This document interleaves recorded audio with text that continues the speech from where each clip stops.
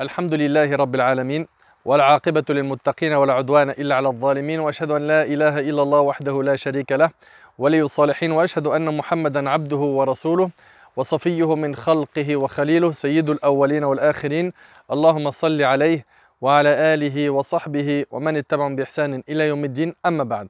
Mes frères et sœurs, rapidement je rentre dans le vif du sujet. Aujourd'hui j'ai un très grand message à adresser à la jeunesse musulmane. À la jeunesse musulmane, je parle de la jeunesse musulmane car aujourd'hui malheureusement le constat il est amer. Certes il y a aujourd'hui beaucoup de da'wah, beaucoup de gens qui font des efforts pour appeler Allah subhanahu wa ta'ala. Il y a des instituts, il y a dans les réseaux sociaux, mashallah, des prêcheurs, des imams qui passent des bons messages en langue française. Mais le grand souci, c'est que le train qui va vers le Jahannam, pour appeler un chat, okay, le train qui va en direction de l'enfer, et qui est dirigé par Iblis, il est en train de pécher à fond dans notre communauté. À fond. À fond. Il n'a même pas besoin de s'arrêter sur les quais, les gens ils sont en train de rentrer dedans à grande vitesse. Enfin ça m'attriste. Pourquoi? Parce que la jeunesse, c'est l'énergie. La jeunesse, c'est l'énergie et pas que. C'est l'énergie et la raison. Un enfant, il n'a pas encore la raison d'un adulte. Il a de l'énergie. Une personne très âgée, elle a la raison, mais elle n'a plus d'énergie. Le jeune, lui, il a réuni ces deux qualités. Il a la raison, et en plus de ça, tabarakallah, il a de l'énergie. Et quand on regarde dans l'histoire, cette religion, qu'est l'islam, elle a toujours été soutenue par des jeunes. Ashab Isa alayhi salam. Ceux qui ont cru en Isa alayhi salam, c'était des jeunes. C'était des jeunes. Également, quand on regarde Ashab al-Kahf, les gens de la caverne, c'était des jeunes. Innahum fitya amanu bi rabbihim wa zidnahum huda. Pareil pour Yahya alayhi salam, c'était un jeune. Ibrahim alayhi salam, quand il a cassé les statues, ils ont dit Sami'na fatan yadhkuruhum yuqalu lahu Ibrahim. C'était un jeune. Quand on regarde dans l'histoire, ceux qui ont soutenu le message divin, c'était des jeunes. Le prophète alayhi salatu wassalam, il reçoit la révélation, il avait 40 ans. Autour de lui, c'était des jeunes. Abu Bakr radiyallahu anhu, il avait environ 37 ans. Omar radiyallahu anhu, il avait environ 26 ans. Vous imaginez Omar radiyallahu anhu. Omar, le prophète il dit quand il prenait un chemin, le diable en prenait un autre. Également, Uthman ibn Affan, il avait environ 20 ans. Vous imaginez? Ali ibn Abi Talib, Sa'd ibn Abi Waqqas, Mus'ab ibn Umayr, ils avaient moins de 20 ans. Ils étaient tous jeunes. Et eux, ils ont pris la responsabilité d'enseigner aux gens quel était le message d'Allah subhanahu wa ta'ala. Comment faire pour trouver le salut le jour du jugement. Et cette responsabilité, elle n'a pas été abandonnée. Alhamdulillah, il y a toujours des gens, à notre époque, qui continuent de prendre cette responsabilité. Mais malheureusement, on les voit de moins en moins nombreux. Et on voit de plus en plus de jeunes prendre d'autres responsabilités. La responsabilité de tenir la drogue dans le quartier. La responsabilité de connaître tous les clips et de suivre tout ce qui bouge sur Netflix. La responsabilité d'être dans tous les réseaux sociaux. La responsabilité d'être connu, d'être une star. Et pour ça, on y met le paquet. Coupe de cheveux, maquillage pour les femmes, même pour des hommes maintenant. Il n'y a plus de différence aujourd'hui, on voit Kullum Khalat. Également, on voit malheureusement énormément de jeunes qui, voilà, ils veulent exister. Ils veulent exister, ils veulent de l'attention, ils veulent de l'amour. Et pour ça, qu'est-ce qu'ils vont faire? Ils vont passer leur vie sur les réseaux sociaux. Allez voir sur Snap. Sur Snap, c'est des jeunes. La plupart, Insta. Et dans d'autres réseaux qui sont super graves, qui sont en train de pousser, comme TikTok. Et malheureusement, ce qui est hyper triste, c'est que les parents sont totalement absents concernant l'éducation des enfants. En réalité, quand on analyse tous ces jeunes, vous savez ce qu'il leur manque? En numéro 1, des parents. Ce qui leur manque en numéro 1, c'est des parents. Leurs parents ont divorcé avec quoi? Avec les responsabilités qu'ils avaient. Il rentre le soir, il est fatigué du travail. Alors monsieur, il est soit sur son ordi, soit devant la télé, soit autre chose. Et il perd du temps. Il tue son temps. Et il ne sait pas ce qui se passe dans la tête de ses enfants. Il ne sait pas qu'est-ce qu'ils pensent. Il ne sait pas qu'est-ce qu'ils aiment. Il ne sait pas qui ils fréquentent. Il ne sait pas quels sont leurs souhaits et leurs rêves. Il ne sait pas ce qu'ils ont dans leur tête, malheureusement. Il n'y a plus d'échange, il n'y a plus de discussion. Depuis l'existence des réseaux sociaux, nos familles, malheureusement, pour un grand nombre d'entre elles, se sont décomposées. On est dans la même pièce, chacun il a un smartphone dans sa main, ou une tablette, ou un ordi, ou un écran télévisé. N'est-ce pas? Chacun il est occupé. Et à la fin, qu'est-ce qui se passe? Le mot Allah n'est plus évoqué dans notre vie, alors que c'est ce qui fait revivre les cœurs, de parler d'Allah subhanahu wa ta'ala. Et n'oubliez jamais qu'une vie sans parler d'Allah subhanahu wa ta'ala, sans entretenir son cœur, c'est la pire des vies. C'est une vie pleine d'angoisse, pleine de tristesse, pleine de gêne, pleine de difficultés. Fahbab el-Kiram, quand on regarde aujourd'hui, malheureusement, le constat, il fait flipper. Je parlais avec un jeune. Je lui ai dit, parle-moi un petit peu de la jeunesse aujourd'hui. J'aime bien comme ça avoir les infos, savoir un peu c'est quoi qui traverse aujourd'hui l'esprit de notre jeunesse, tout en sachant que je suis dans les réseaux sociaux, j'ai quand même pas mal d'informations de ce qui se passe. Il me dit, 13-14 ans, ça vend de la cocaïne. Ils ont des armes, ça s'entretue. Ils tuent, ils ne savent même pas pourquoi. Ils vont en prison super tôt. Ils font pleurer leur mère qui va au parloir. Pour certains, des blessures super graves dans les familles à cause de ces jeunes irresponsables. Ces jeunes qui ne réfléchissent jamais aux conséquences de leur action. Qui ne voient pas plus loin que le bout de leur nez. Qui ne réfléchissent pas à ce qui se passera après la mort. Lui, le plus important, c'est l'instant T. C'est que maintenant, je fasse beaucoup d'oseille, beaucoup d'argent, ok, que j'écoute du son. Parce que d'ailleurs, ce jeune, quand je lui ai dit, dis-moi un peu comment ça se passe, il m'a dit, ces jeunes qui vendent de la drogue, il m'a dit, leur Dieu, tout en sachant que lui aussi, il vend de la drogue. Hein, il m'a dit, leur Dieu à ces jeunes, c'est le rap. Et quand on se penche aujourd'hui sur ce qu'écoutent nos jeunes, et beaucoup d'entre eux écoutent du rap, d'accord? Eh bien, on voit que les messages, ils appellent à la débauche. Les messages appellent à commettre la fornication, à fumer, à mépriser les femmes, à les considérer comme des objets sexuels. Le rap, aujourd'hui, il est écouté à fond. Bah, regardez simplement les chiffres de ces rappeurs sur YouTube. Ils font un clip qui donne des nausées. Les paroles, elles sont super graves, vulgaires. Et c'est des 20-70 millions de vues. Pourquoi? Parce qu'il a insulté la mère d'un tel. Et des fois, tu ne les comprends même pas. Il y en a, il te faut un décodeur pour le comprendre. Il dit des choses, wallah, tu l'écoutes, tu dis, mais c'est quoi ces mots? Ils existent en quelle langue? Parce qu'on a grandi dans la cité et on connaît le verlan, tout ça. Mais là, c'est plus du tout une langue qu'on connaissait. Et puis voilà, aujourd'hui, tu parles aux jeunes, t'écoutes qui? T'entends des noms, Yahi. T'entends des noms. Adjib, moi, je le jure par Allah Azzawajal que je ne connaissais pas ces noms avant. Je vous le jure par Allah, je ne connaissais pas. On parle de Soul King. Wallah, je ne sais même pas Soul King, je ne sais même pas comment ça s'écrit. Est-ce qu'il veut le dire Soul King? Ou l'autre, PNL. Ou l'autre, il dit, non mais non, c'est Fianso qui déchire. C'est lui qui gère tout aujourd'hui. Et des noms comme ça à l'appel. Et ils poussent comme des champignons. Et ils ont des millions de moutons qui les suivent. Et qui les prennent pour modèle et pour exemple. Déjà, premièrement, ces jeunes, malheureusement, ils ont une perte de repères. Ils devraient suivre les vrais modèles qui vont les amener au salut après la mort. À savoir le prophète, à savoir les compagnons. Et ces meneurs-là, ces rappeurs, qu'ils se repentent auprès d'Allah. Wallahi al-azim, je le jure par Allah qu'ils me font de la peine. Ils me font de la peine parce qu'ils sont en train de s'autodétruire. Vous savez, le prophète, il a dit, celui, vous connaissez sûrement le hadith, hein, celui qui indique une bonne action, il en a la même récompense. D'accord?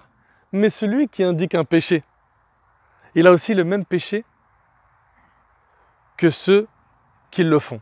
C'est-à-dire que j'incite quelqu'un à la haine, à la violence, à la vulgarité. À chaque fois que ces personnes-là vont faire ces péchés, c'est dans mon compte de péché également. Si ces gens qui m'ont écouté étaient 5, à chaque fois que ces 5 font ce péché, c'est 5 qui sont dans le compte de mes mauvaises actions. Maintenant, s'ils sont 70 millions, vous imaginez un petit peu la responsabilité qu'ils ont, ces gens-là? Ils amènent les gens vers l'égarement et ils sont contents et ils vivent de cela. Qu'Allah Ta'ala les guide, dites Amin. Qu'Allah Azzawajal les guide et qu'Allah guide nos jeunes qui malheureusement, beaucoup d'entre eux, on dirait, ils n'ont plus de cerveau. Ils écoutent n'importe quoi, n'importe qui. Donc, les jeunes, j'ai 4 messages à vous faire passer. Le premier, pourquoi est-ce que vous existez? Quel est le but de votre création? C'est pour la ibada, n'est-ce pas? On a été créé pour adorer Allah tabaraka wa ta'ala. Allah ta'ala, il a dit وَمَا خَلَقْتُ الْجِنَّ وَالْإِنسِ إِلَّا لِيَعْبُدُونَ. Je n'ai créé les djinns et les hommes que pour qu'ils m'adorent. Très bien. Maintenant, une question. Est-ce que tes actions, tes paroles, tes agissements sont conformes à ce qu'Allah subhanahu wa ta'ala a demandé? Est-ce que tes pensées, tes envies, tes motivations, tes espoirs, tes douleurs, est-ce que toute ta vie tu l'as dédiée à Allah ta'ala? Tout en sachant qu'Allah tabaraka wa ta'ala, il a dit قُلْ إِنَّ صَلَاتِي وَنُسُكِي وَمَحْيَايَ وَمَمَاتِي لِلَّهِ رَبِّ الْعَالَمِينَ. Allah ta'ala a dit, dis, ma prière, mes actes de dévotion, ma vie et ma mort appartiennent à Allah. T'appartiens à Allah. T'appartiens à Allah, tu es un serviteur d'Allah. Ça veut dire quoi? Ça veut dire que le maître, il a demandé des choses, à toi d'obéir. À toi d'obéir au maître, pourquoi? Pour vivre heureux dans cette vie et dans l'autre. Et malheureusement, ces gens-là, ils ont une perte de repère. Ils ont une perte de repère. Et encore une fois, qu'est-ce qui vous rend heureux? Votre cœur, il est rempli de quoi? Quand est-ce que vous êtes bien? Vous fréquentez qui? Vous écoutez quoi? Toutes ces questions, il faut y trouver des réponses. Et c'est pour ça qu'il faut quoi? Un bilan avec soi-même. Et Ahbab il-Karam, retenez une chose. Soyez avec Allah, adorez-le, il sera à vos côtés. Sois donc avec Allah subhanahu wa ta'ala, il sera avec toi. Sois avec Allah, il sera avec toi. Aime-le, il t'aimera. Et de cette manière, tu pourras goûter à une vie paisible. Ça, c'est donc la première des choses que tu dois garder en tête. C'est cette question. Pourquoi est-ce que j'existe? Ça, c'est un. Deux. Dis-moi qui tu fréquentes, je te dirai qui tu es. On connaît ce proverbe, n'est-ce pas?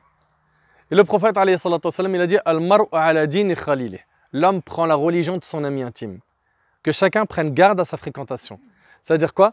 Ça veut dire que le compagnon accompagne. Le compagnon, soit il t'accompagne dans le bien, soit il t'accompagne dans le mal. Tes amis, ils appellent à quoi? S'ils t'appellent à faire du bien, sache que tôt ou tard, tu finiras par quoi? Par faire du bien. S'ils t'appellent à faire du mal, de toute façon, c'est simple. C'est toi, soit toi tu le tires, soit lui il te tire. Ok? Soit ça sera vers le bien, soit ça sera vers le mal. Et ce qui a provoqué énormément d'égarements dans notre communauté, c'est qu'on ne fréquente pas les bonnes personnes. On ne fréquente pas les gens.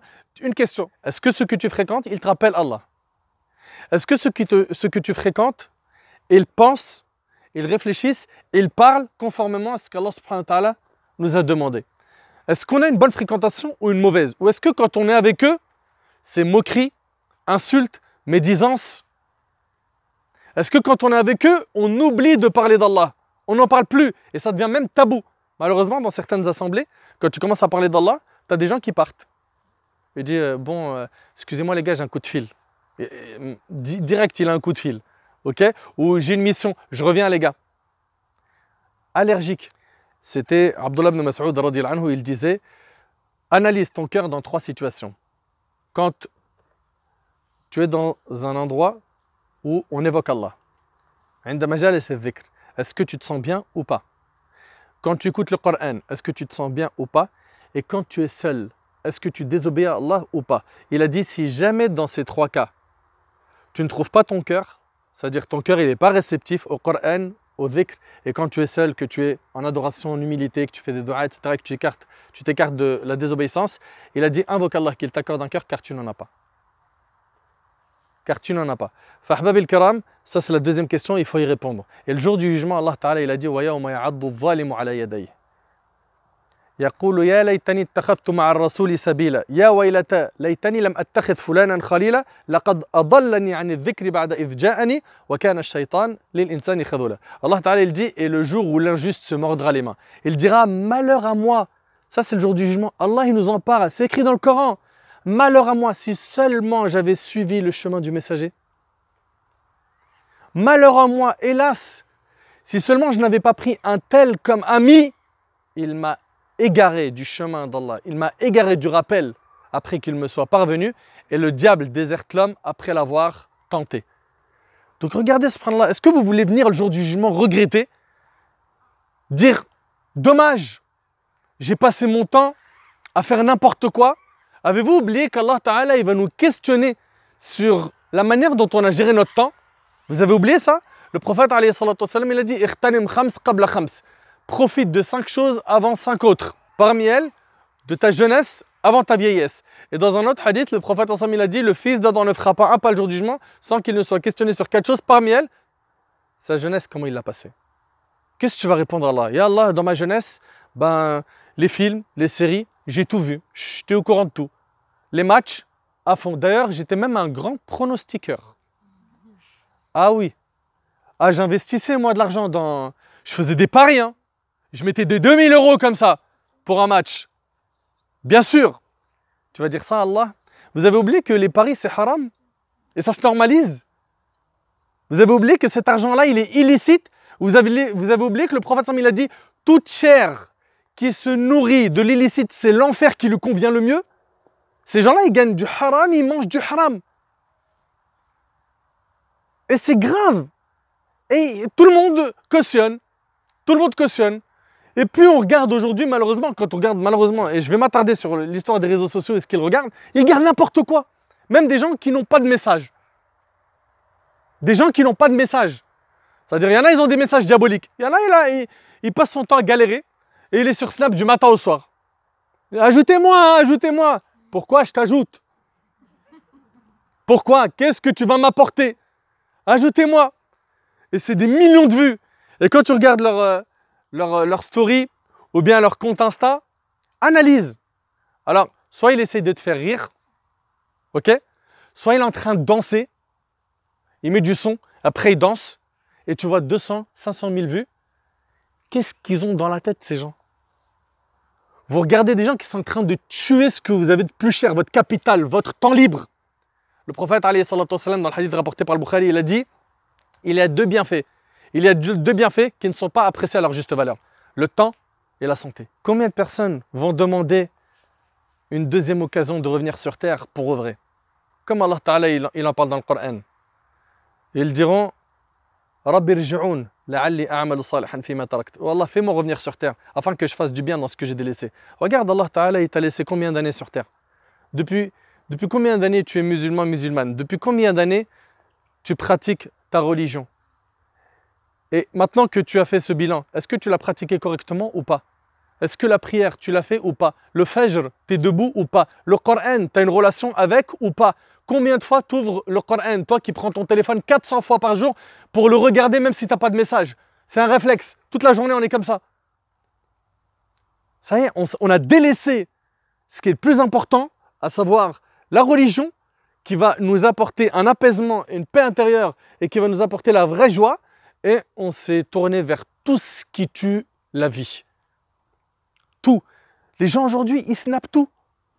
Il est devant, comment ça s'appelle, une sandwicherie. Il a pris un tiramisu. Regardez, c'est aux noix de coco. Il est en train de manger une glace. Regarde. Il a écrasé la boue. Regarde, j'ai de la boue sur mes baskets. Ah, t'as de la boue? Même moi, tu sais. Et ça devient une discute. Et pendant 40 minutes, 1 heure, ils sont en train de parler de la boue de ses baskets. Mais c'est affolant. Wallah, les frères, c'est affolant. Mes sœurs, réveillez-vous. Ne soyez pas de ceux qui tuent leur temps. Réseaux sociaux, oui, avec modération. D'accord? Vos enfants, Allah ibarik fikum, surveillez-les. Un smartphone, il a 11 ans. Il a déjà Snap, il a Insta, et il est là. Au début, tu le vois, le petit avec des filtres. Il est en train de faire des oreilles de lapin, un nez de clown. Il met des petites musiques, tout ça. Mais tu ne sais pas, il va tomber sur quelle fréquentation. Tu ne sais pas qui va l'inciter à faire quoi. Enfin, c'est pour ça, Ahbab el-Karam, il faut qu'on profite de notre temps, Allah ibarik fikoum. Troisième message, après avoir parlé de la fréquentation, c'est: est-ce que tu es fier d'être musulman? Est-ce que tu es fier d'être musulmane? Dans une époque où malheureusement, je le dis, et il faut le dire, l'islamophobie est en train de se répandre. Malheureusement, il y a des amalgames. Malheureusement, on est pointé du doigt. Grâce à Allah, tabaraka wa ta'ala, il y a quand même des gens qui sont accrochés à leur dîn, bien qu'il y a des tentations, bien qu'il y a des fétanes, etc. La question que je me pose, es-tu fier d'être musulman? Es-tu fier d'être musulmane en ces temps qui courent? Ou est-ce que tu te dis, franchement, Akhi, hijab, ouais, tu sais quoi, je pense je vais mettre un bandana, ou tu sais quoi, non, même pas. Je vais mettre juste un petit bandeau, parce que ça commence à devenir trop, et puis voilà, on est quand même chez eux. Tu es chez toi, tu es né en France. Et là, il faut qu'on se mette d'accord, hein. Vous êtes tous français. Que vous le vouliez ou non, vous êtes né en France. D'accord? Allah ibarik fikum, puisque vous êtes chez vous, eh ben vous marchez avec respect avec les gens. Et puis, tu as le droit de marcher avec ton hijab, ma soeur. Marche avec fierté. Mon frère, pareil. Rien ne t'empêche de laisser pousser ta barbe si tu souhaites la laisser pousser, et continuez à vivre votre vie. Et montrez le bon comportement, montrez que être musulman, c'est pas être quelqu'un de sombre, c'est pas être quelqu'un qui ne sait pas comment dire, vivre avec les autres. Non, ça, il faut impérativement être fier de soi, d'accord? Parce qu'on est musulman, on est fier de ce que l'on est. Et aussi, on ne suit pas comme des moutons n'importe quelle mode, n'importe quelle personne qui lance n'importe quelle mode. Et puis, tu vois tout le monde comme un mouton derrière. Un tel parmi les rappeurs, il fait tel signe, tout le monde fait tel signe. Un tel parmi les chanteurs, il dit telle parole, ça devient le mot-clé de toute notre jeunesse. C'est quoi ça? Et pour finir, et là je m'adresse surtout aux hommes et aux garçons, est-ce qu'être un homme, c'est écouter du son à fond, se la raconter, mettre toujours les plus beaux vêtements? Est-ce qu'être un homme, c'est de commettre la fornication, aller en soirée, fumer, avoir énormément d'argent de provenance illicite? C'est ça être un homme pour toi? C'est ça être un bonhomme? Est-ce qu'être un homme, c'est s'embrouiller, avoir des ennemis partout, avoir des armes, avoir des problèmes avec l'État, avec la police, avec tout le monde? C'est ça être un homme? Allah tabarak wa ta'ala dit Fi buyutin adina Allahu an turfa wa yudhkaru fiha ismuh yusabbihu lahu fiha bil ghuduwi wal asali rijal. Quelle est leur description? رجال لا تلهيهم تجارة ولا بيع عن ذكر الله وإقام الصلاة وإيتاء الزكاة يخافون يوما تتقلب فيه القلوب والأبصار. Allah tabarak wa ta'ala, il dit dans des demeures, donc dans des maisons, les mosquées, qu'Allah a permis qu'elles soient établies et dans lesquelles yusabbihu fiha, le glorifier en elles, des gens le matin et le soir. Ok? Et puis après, Allah subhanahu wa ta'ala, il dit Rijal, les hommes, les vrais hommes, il nous dit Azza wa Jal, La tulhihim tijara wa la bay' an dhikrillah. C'est des gens qui, ni le commerce, ni le troc ne les distraient de l'évocation d'Allah. L'argent, le business ne les fait pas oublier Allah. Et aujourd'hui, malheureusement, on a trop de portes qui se sont ouvertes qui nous font oublier Allah. Les vrais bonhommes, c'est ceux qui n'oublient pas Allah pour dunya. Wa iqam as-salat, et qui accomplissent la prière. Wa ita az-zakat, et qu'ils s'acquittent de la zakat. Yakhafouna yawma. Les vrais hommes, c'est ceux qui ont peur d'un jour où les cœurs, yakhafouna yawma, tataqallabu fihi al-qulub wal-absar, où les regards et les cœurs seront bouleversés. Voilà les vrais bonhommes. Fallah barik fikum. Si jamais vous êtes reconnu dans le monde de l'insouciance, dans le monde de la perte de temps, qu'on se ressaisisse et qu'on se repente. Et le prophète alayhi salatu wassalam, il a dit At-ta'ibu min adh-dhanb kaman la dhanba lah. Celui qui se repent d'un péché, c'est comme si qu'il ne l'avait pas fait. Alhamdulillah, c'est une bonne nouvelle. Et puis plus que ça, Allah Ta'ala il dit Illa man taba wa amana wa amila amalan saliha fa ulaika yubaddilu Allahu sayyi'atihim hasanat. Illa man taba, donc ceux qui se repentent, wa amana, cru, et ils ont fait des bonnes œuvres, ceux-là, Allah échange leurs mauvaises actions en bonnes. Qu'est-ce que tu veux de plus? Tu peux encore te rattraper. Alhamdulillah, tu as de l'énergie, tu as la santé, tu as la jeunesse. Reviens vers Allah Tabarak wa Ta'ala, mets une croix sur cette vie d'insouciance. Toi qui vivais sans objectif, n'oublie pas que si l'ange de la mort il vient prendre ton âme, tu vas peut-être te retrouver à dire Ya Allah, laisse-moi une deuxième occasion. Donc avant que l'ange de la mort vienne prendre ton âme et qu'il soit trop tard pour nous, ressaisissons-nous et demandons à Allah subhanahu wa ta'ala de nous guider, invoquons Allah subhanahu wa ta'ala de nous faciliter de vivre sur l'adoration jusqu'à ce qu'il prenne notre âme. Invoquons Allah tabarak wa ta'ala pour qu'il nous facilite d'avoir une bonne fréquentation qui nous aide à nous relever quand on tombe. Allah subhanahu wa ta'ala yanfa'ni bima qultu wa yanfa'akum bima sami'tum. Asalu azza wa jal an yahdi shababana. Allahumma hdi shababana ya Rabb. Allahumma hdi shababana ya Rabb. Allahumma hdina wahdi bina waj'alna sababan liman ihtada. وآخر دعوانا الحمد لله رب العالمين وصلي اللهم على نبينا محمد وعلى آله وصحبه وسلم وآخر دعوانا الحمد لله رب العالمين والله أعلم وبارك الله فيكم والسلام عليكم ورحمة الله.